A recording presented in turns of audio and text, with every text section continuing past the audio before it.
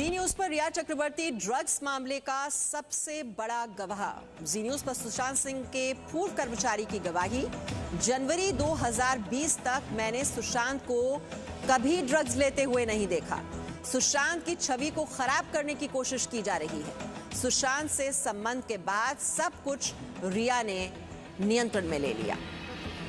तो जनवरी 2020 तक मैंने सुशांत को कभी ड्रग्स लेते हुए नहीं देखा। यह सुशांत सिंह के दोस्त की बड़ी गवाही है। सुशांत की छवि को खराब करने की ये कोशिश की जा रही है। सुशांत से संबंध के बाद सब कुछ रिया ने अपने नियंत्रण में ले लिया। इस वक्त हमारे साथ सुशांत सिंह राजपूत के पूर्व स्टाफ हैं। सीधा मुनि से जानते हैं कि ये जो ड्रग्स की बात चल रही है इसमें कितनी सच्चाई है और क्या बातें हैं। पहले तो हम आपसे जानना चाहेंगे, जब आप उनके साथ में काम कर रहे थे, आपने काम कब छोड़ा? 2020 में छोड़ा आपने काम? 2020 में छोड़ा। 2020 में कौन सा महीना? मैं नया साल में ही छोड़ा, जनवरी महीने। जनवरी में। ठीक, हम आपसे ये जानना चाहेंगे, जब आपने छोड़ा तब क्या ये जो खबर आ रही है कि वो ड्रग्स लेते थे, बहुत सारी बातें आ रही, कितनी सच्चाई है इसमें? ड्रग्स नहीं लेते थे, क्योंकि जितना हम लोग साथ में बिताए इनके साथ, इतना मैं कभी नहीं देखा कि ये ऐसा ड्रग्स लेते हैं। मैंने कभी नहीं देखा। अगर ड्रग्स लेते होते हमको ज़रूर पता चलता है, और बाहर भी जाते हैं तो कुछ न कुछ हम लोग को पता ज़रूर रहता है, लेकिन ऐसा कभी हमने देखा नहीं है। ये फर्स्ट टाइम हम ऐसा देख रहे हैं कि ये ड्रग्स लेते हैं। या ऐसा भी हो सकता है रिया का आने के बाद ड्रग्स दिलवाया गया हो, या पार्टी में उनको आदत लगाई गई हो, ऐसा भी हो सकता। लेकिन जब तक अकेले थे तब तक ऐसा कभी ड्रग्स नहीं लिए, ये झूठ बात है। मतलब आपका ये कहना है कि जनवरी 2020 तक जब तक आप थे तब तक सुशांत किसी प्रकार का कोई ड्रग्स नशा नहीं करते थे? कोई ड्रग्स नहीं लेते, कोई भी नशा नहीं करते थे? नहीं, नशा करते थे। कौन सा नशा? जैसे ड्रिंक नशा या सिगरेट, यही सब करते थे नॉर्मली। हाँ। बाकी वैसा मैं ये सब जो अभी ये जो आ रहा है गांजा का आ रहा है, और जो दूसरी बातें आ रही है गांजा या दूसरी चीज, वो सब नहीं लेते? नहीं, वो सब बिल्कुल नहीं है। नहीं, ये सब झूठ है। ये सब उसको मतलब बात को फैलाया जा रहा है। मतलब आपका ये कहना है कि सुशांत सिंह राजपूत की छवि को खराब करने के लिए? हाँ, उनकी छवि को खराब कर रहे हैं। मतलब आपको ऐसा लगता है कि उन्हें प्लान तरीके से दिया गया ये सब चीजें? हाँ, रिया का आने के बाद ये जो आ रही कि नशा रिया मंगवाती थी और नशा ये लोग करते थे, तो ऐसा भी हो सकता है कि ये लोग कि साथ में रहते हुए भाई थोड़ा ले लो, या साथ में उनको आदत लगाना हो, तो ये इनके ही संपर्क हुआ होगा। लेकिन जब तक हम लोग स्टाफ में थे तब तक कभी ये ऐसा कोई चीज़ नशा नहीं। ठीक है, हम आपसे ये जानना चाहेंगे कि आपने उनके साथ तकरीबन 1 साल काम किया है, ठीक है, तो ये जानना चाहेंगे कि रिया से और सुशांत की मुलाकात कब कैसे हुई? उनकी मुलाकात एक शूटिंग पे हुआ। वो भी बाजू में शूट हो रहा था, उनका भी शूट हो रहा था। बस वही सेट पे ऐसा दोस्ती हुई, दोस्ती से बात बढ़ते बढ़ते उनकी एक रिलेशनशिप बनी। लेकिन रिलेशन बनते बनते फिर उनका ऐसा व्यवहार हुआ कि ऐसे हुआ कि हम लोग को ऐसा समझ नहीं पाए। काफ़ी कुछ जो है वो रिया के हाथ में आ गया। हाँ, सब धीरे धीरे उनके अंदर भी सब चला गया, समझ लीजिए। ऐसा एक परिवर्तन समझ लीजिए। सीबीआई इस मामले की जाँच कर रही है, क्या कहना है? नहीं, सही कर रही है, सीबीआई जांच कर रही है अपने हिसाब से, और जांच होना भी चाहिए, और सच्चाई सामने भी आना चाहिए। तो ये थे उनके पूर्व स्टाफ। इनका ये कहना है कि सुशांत सिंह राजपूत मामले में सीबीआई अब जांच कर रही है, और सीबीआई की जांच के बाद इस घटना के पीछे की सच्चाई सामने आ जाएगी। लेकिन इनका ये कहना है कि जनवरी 2020 तक सुशांत किसी भी प्रकार का कोई भी ड्रग्स नहीं लेते थे। वीडियो जर्नलिस्ट प्रकाश चौहान के साथ नित्यानंद शर्मा, जी मीडिया, मुंबई।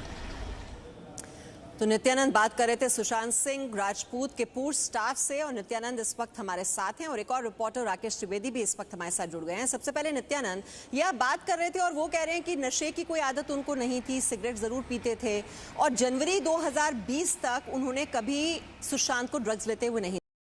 जया साहा और रिया चक्रवर्ती के बीच का जो ये व्हाट्सएप चैट है, ये नवंबर 2019 का है।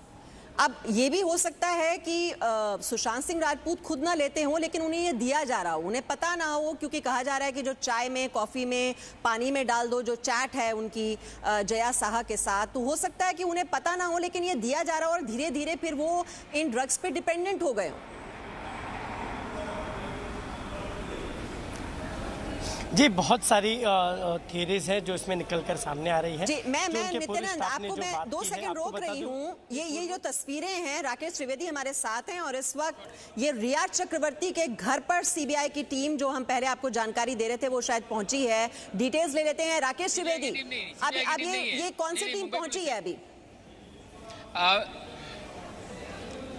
मीमांसा जी, ये मुंबई पुलिस की टीम यहाँ पर पहुंची हुई है। इससे पहले एक कांस्टेबल जो मुंबई पुलिस का यहाँ पर पहुंचा था, बताया ये गया हमें कि रिया चक्रवर्ती के पिता इंद्रजीत चक्रवर्ती जो है वो ईडी ऑफिस जाना चाहते थे, क्योंकि उन्हें ईडी ने जो है समन जारी किया था, लेकिन यहाँ पर मीडिया की भीड़ होने की वजह से वो बाहर निकल नहीं पा रहे थे, इसलिए सबसे पहले एक कांस्टेबल पहुंचा था। लेकिन अब जो यहाँ पर मुंबई पुलिस की एक और टीम पहुंची है और शायद रिया चक्रवर्ती ने अपने इंस्टाग्राम पर एक वीडियो डालकर के ये बताया था, ये शिकायत की थी कि जब भी उनके परिवार का कोई घर सदस्य जो बाहर निकलने की कोशिश कर रहा है तो उसे मीडिया घेर लेती है। शायद इस शिकायत के लिए मुंबई पुलिस जो यहाँ पर पहुंची है, कोशिश हमारी टीम जो लगातार कर रही है कि उन पुलिस वालों से भी बातचीत करें और ये समझे कि आखिर को यहाँ क्यों पहुंचे। लेकिन एक टीम यहाँ पर जो है निश्चित तौर पर इंद्रजीत चक्रवर्ती जो आज यहाँ पर रिया के घर पर थे, उन्हें यहाँ से ईडी के दफ्तर में लेकर जाने के लिए आई है। आज एनफोर्समेंट डायरेक्टरेट ने कुछ अहम दस्तावेजों के साथ इंद्रजीत चक्रवर्ती को बुलाया था।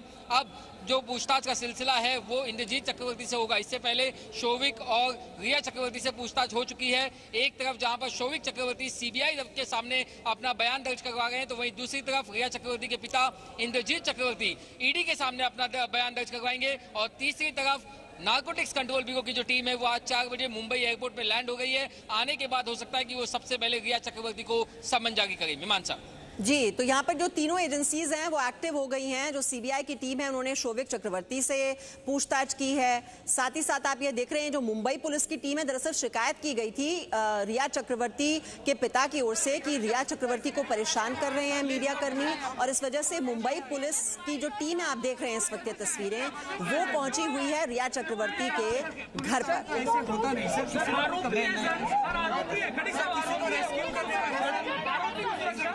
सुरक्षा का कोई ये नहीं। किसने बोला? खटिक साहब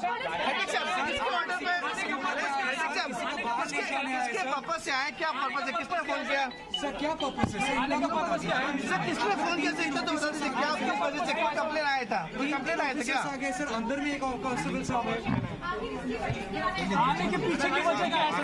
मुंबई पुलिस अंदर आ रहा है। सर कंप्लेन क्या? अगर आपके पास कंप्लेन है तो कंप्लेन क्या है? किसने किया? क्या बोला है? पुलिस सपोर्ट है। खटिक साहब दबाव आएगा तुमच्या? नाही, दबाव नाही। कशासाठी? फक्त तेवढं कारण एक फक्त सगळ्यांना सांगितलं. नाही तुम्हाला कोणी कॉल केला होता काय? ईडी मधून काही आलंय का तुम्हाला? नाही, काय नाही. सिक्युरिटी द्यायची आहे. प्लीज मी इंद्रजीत चक्रवर्तींना घेऊन जायसाठी आला नाही. तुम्ही या संदर्भात विचारणा करायची असेल तर आमचा एक मीडिया डीसीपी साहेब आहे, त्यांच्याशी विचारणा करा. तुम्ही इथे पोहोचलेला आहात, आणखी एक अधिकारी इथे पोहोचले. आम्हाला मीडिया समोर बोलण्याचे अधिकार नाही आहेत. आम्ही समजू शकतो अधिकार नाही, पण ही परिस्थिती समजून घ्या. ही परिस्थिती वेगळी आहे. प्लीज आम्हाला सहकार्य करा. No comment. तुम्ही पाहता की ते मीडिया इथे उपस्थित आहे आणि अनेकांना जाणून घ्यायचं, कारण प्रकरण संवेदनशील आहे असं बोलतात. प्रकरण संवेदनशील आहे, त्यामुळे तुम्ही बोलणं योग्य ठरणार आहे. नेमकं तुम्ही कशासाठी आलेला? नेमकं कशासाठी आलेला तेवढा मी बोलू शकतो. कुठल्या प्रकारचा दबाव आहे तुमच्यावर? कुठल्या प्रकारचा दबाव आहे? तो आप ये देख रहे हैं मुंबई पुलिस की टीम रिया चक्रवर्ती के घर पर इस वक्त मौजूद, और उनसे बार बार ये सवाल किया जा रहा है कि किसने शिकायत की थी, क्यों मुंबई पुलिस की टीम यहाँ पर पहुंची है। राकेश त्रिवेदी हमारे साथ हैं। राकेश, वहाँ शोर बहुत ज्यादा है, हम सुन नहीं पाए कि पुलिसकर्मी की ओर से क्या जानकारी दी जा रही है, क्यों पहुंची है मुंबई पुलिस की टीम?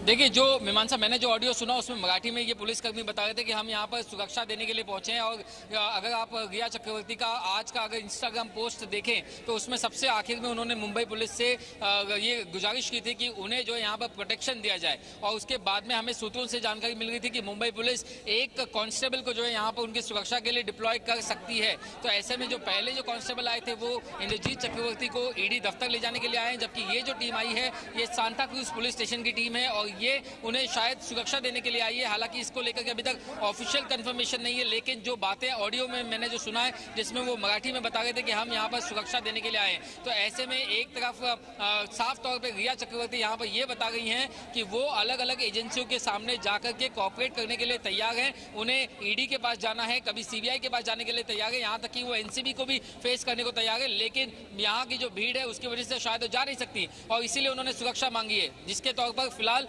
मुंबई पुलिस यहाँ पहुंची। अब देखना ये होगा कि क्या रिया चक्रवर्ती या उनके परिवार से कोई सदस्य आज यहाँ पर अभी अपने घर से बाहर निकलता है, अगर निकलता है तो किस एजेंसी के पास जाकर के अपना जवाब देता है। जी और नारकोटिक्स कंट्रोल ब्यूरो की जो टीम है वो दिल्ली से मुंबई के लिए रवाना हो चुकी है, कुछ ही देर में वो वहां पर पहुंचने वाली है। कहा जा रहा है कि सीबीआई की टीम से भी वो मिलेगी। अब आगे plan of action narcotics control bureau की टीम का क्या होने वाला है राकेश?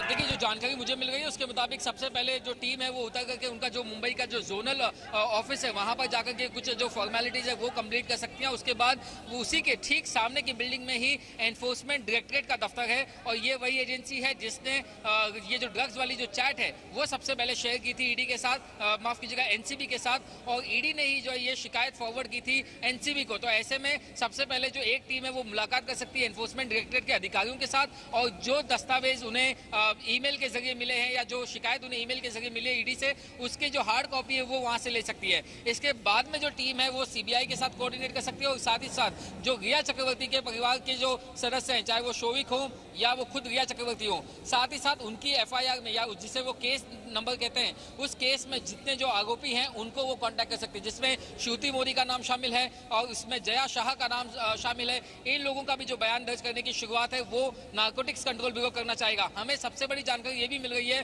कि नारकोटिक्स कंट्रोल ब्यूरो के लिए ये जो पूरा मामला है वो सिर्फ एक छोटे से ड्रग्स केस का नहीं, बल्कि ये रिया चक्रवर्ती के जरिए जो है एक किसी बड़े ड्रग्स रैकेट तक जो है वो पहुंच सकते हैं, क्योंकि जिन लोगों ने उन्हें ड्रग्स सप्लाई किया वो एक कोई छोटा सा पेडलर और उस पेडलर के जरिए जो है वो एक बड़े कार्टेल तक जो है पहुंचना चाहते हैं। और निश्चित तौर पर सुशांत सिंह राजपूत को ड्रग्स दिया जाता था या नहीं, या फिर रिया चक्रवर्ती कंज्यूम करती थी, तमाम जो अलग अलग एंगल है उस पर जो है वो पूछताछ करना चाहते हैं। फिलहाल देखिए यहाँ पर मुझे कुछ भीड़ दिखाई दे गई है, अब मैं कोशिश कर रहा हूँ देखने की कि आखिर कौन भागा है। तो यहाँ पर मुंबई पुलिस की जो टीम है जो अंदर गई थी वही टीम अभी फिलहाल बाहर आई है और वो वापस जा गई है। जी, तो ये मुंबई पुलिस की टीम और इसी से ये शिकायत की गई थी रिया चक्रवर्ती के पिता ने और उनसे सुरक्षा की मांग की थी। जैसे कि राकेश बता रहे हैं कि इंस्टाग्राम अकाउंट में भी ये जानकारी उन्होंने दी थी रिया चक्रवर्ती ने कि वो उन्हें परेशान किया जा रहा है और सुरक्षा की मांग उनकी ओर से की गई थी। और उसके बाद ये मुंबई पुलिस की टीम आप देख रहे हैं रिया चक्रवर्ती के घर पर इस वक्त पहुंची हुई है। जो ईडी की टीम है वो दर्ज कर रही है रिया चक्रवर्ती के पिता का बयान और साथ ही साथ आपने देखा जो शोविक चक्रवर्ती हैं रिया के भाई, वो आज डीआरडीओ गेस्ट हाउस में गए थे जहां पर सीबीआई ने उनसे पूछताछ की है। तो 3 एजेंसीज हैं जो अभी इस वक्त जांच पड़ताल में लगी हुई हैं। सीबीआई अपनी जांच कर रही है, जो ईडी की टीम है जो वित्तीय लेन देन है उस पहलू पर आगे जांच को आगे बढ़ा रही है, और अब जो नारकोटिक्स कंट्रोल ब्यूरो की टीम है वो दिल्ली से मुंबई कुछ ही देर में पहुंचने वाली है। वहां पर वो सीबीआई की टीम से भी मिलेगी और ईडी ने ये जो व्हाट्सएप चैट रिट्रीव किए थे जिसमें ड्रग्स को लेकर बातचीत हो रही है गौरव आर्या और साथ ही साथ रिया चक्रवर्ती के बीच और रिया चक्रवर्ती और जया साहा के बीच, अब उसको लेकर जांच आगे बढ़ाई जाएगी कि ड्रग्स के जो तार हैं वो कहां तक जुड़ते हैं। अब ये जो ड्रग्स हैं ये सुशांत सिंह राजपूत को रिया चक्रवर्ती दे रही थी या वो खुद ले रहे थे, क्या उन्हें पता था नहीं पता था, ये डोज कितनी दी जाती थी, रोज दी जाती थी या कभी कभी दी जाती थी, ड्रग्स सप्लाई करने वाले कौन थे, ये क्या ये पूरा रैकेट है जो काम कर रहा है और ये ड्रग्स की सप्लाई किस किस को की जाती है।